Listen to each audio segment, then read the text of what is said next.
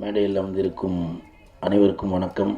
பத்திரிகை நண்பர்கள், ஊடக நண்பர்கள், இணையதள நண்பர்கள் அனைவருக்கும் வணக்கம். PRO Suresh Chandra sir, Nassar sir அனைவருக்கும் வணக்கம். மேடையில் பேசி கைத்தட்டல் வாங்குகிற அளவுக்கு நான் பெரிய பேச்சாளர் இல்லை. தயவு செஞ்சு நீங்களே ஒரு தடவை கை தட்டிடுங்க. இந்த கைத்தட்டல்கள் அனைத்தும் வடக்குப்பட்டி ராமசாமிக்கு தான் போய் சேரும்.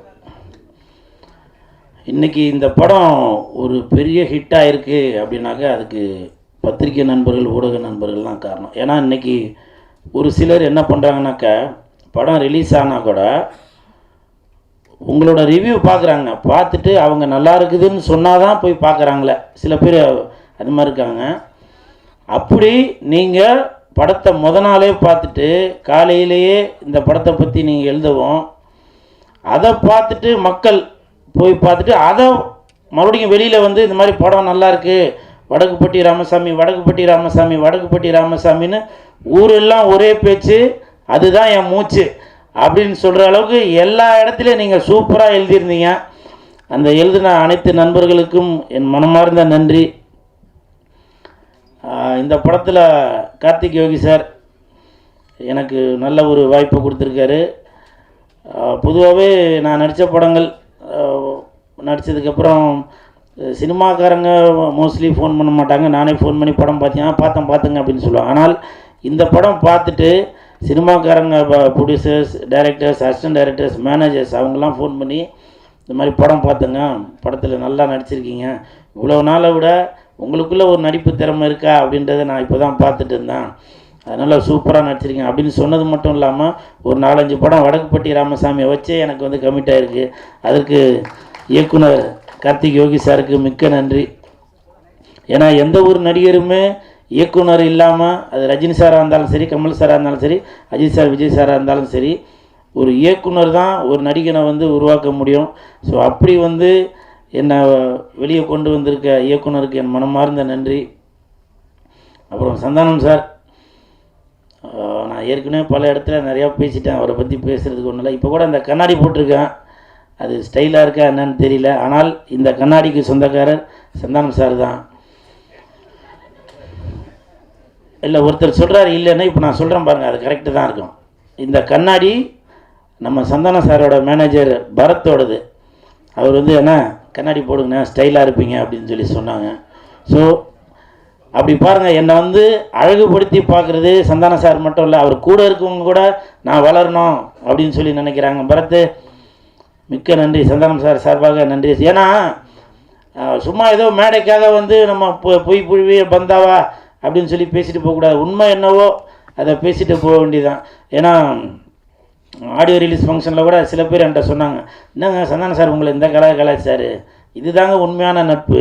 சும்மா மேடைக்காக சார் வந்து அவர் நல்லவர் வல்லவர் அப்படின்லாம் சொல்லாமல் உண்மை என்னவோ அதை வந்து ஓப்பனாக சொல்லிட்டு போகிறாரு.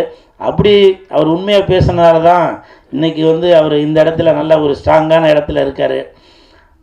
அதுவும் இல்லாமல் அவர் இந்த மாதிரிலாம் ஒரு நல்ல குணமெல்லாம் இருக்கும் அப்படின்னு தெரிஞ்சதுனால தான் அவரோட அம்மா அப்பா அப்போவே அவரோட குணம் என்னன்றதே அவங்க அம்மா அப்பா வளர்ந்ததுக்கப்புறம் தான் தெரியும். ஆனால் தன்னோட பையன் அவர் கண்டிப்பாக மற்றவர்களுக்கு ஒரு உதவு மனப்பான்மையில் தான் இருப்பார் அப்படின்றத தெரிஞ்சதால் வாசனை உள்ள அந்த சந்தானத்தோட பேரே வச்சுருக்காருன்னு நினைக்கிறேன்.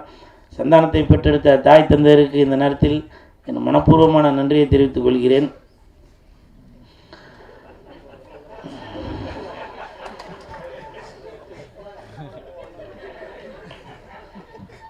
சரி வேணாம், நான் ஏன்னா இப்போ நிறைய பேர் சொல்கிறாங்க நான் வந்து தேட்டரில் போய்ட்டு கத்துறேன் அப்படி இப்படின்னு. அது நான் கத்துறலாம் இல்லைங்க. நிறையா பேர் ஏதோ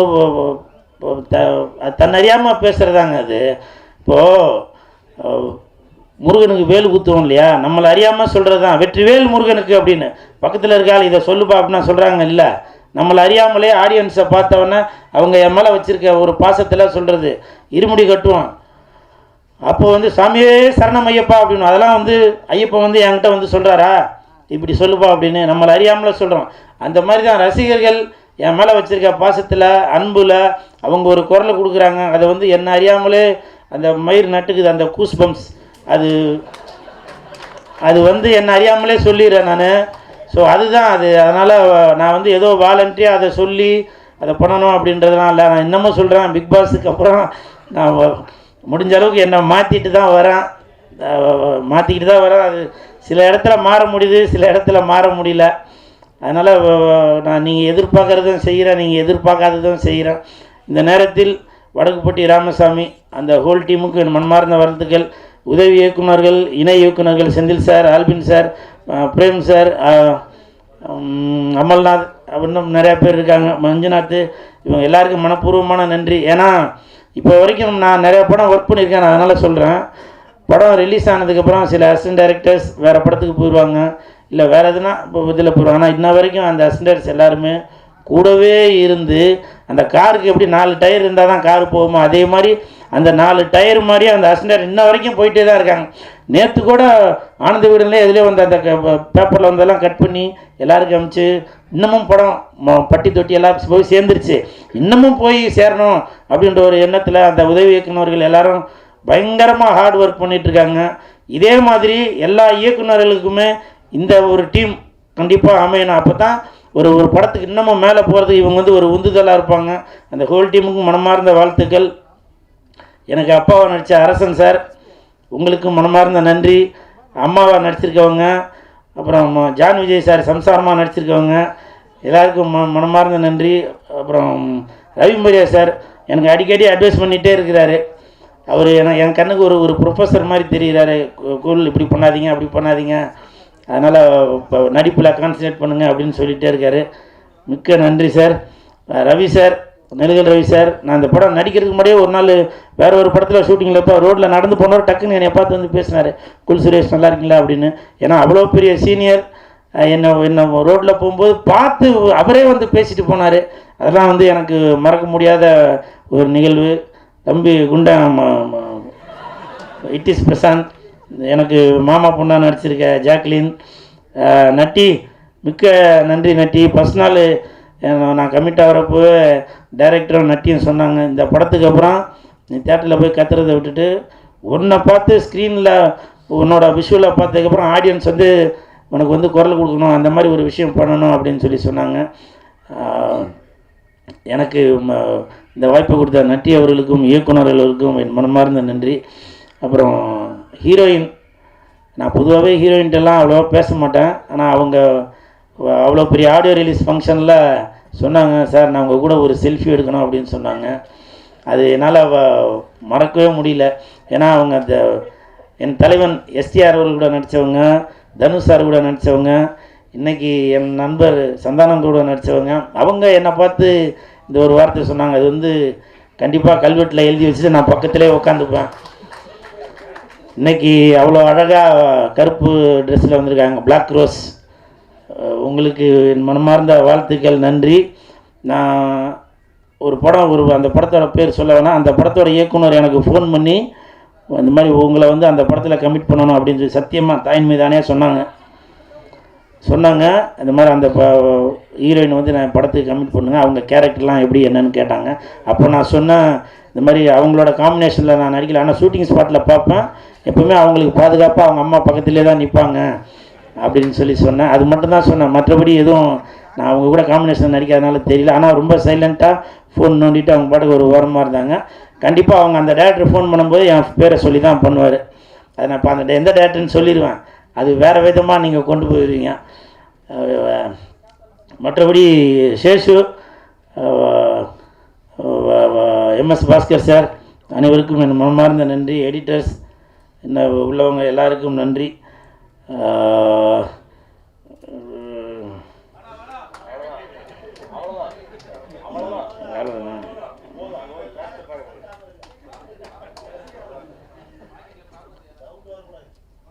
ஆபருக்கும் டாபருக்கும் எப்படி ஆபருக்கும் டாபருக்கும் ஆளி 4 நானுங்கோ, பானைக்குள்ள யானை பூந்த கதையை கொஞ்சம் கேளுங்கோ, வேப்ப மரம் புளிய மரம், அதுக்கு என்னப்பா மறந்து போச்சா, அண்ணங்கிட்ட பேசுங்கோ, வடக்குப்பட்டி ராசா இந்த ராமசாமி தானுங்கோ.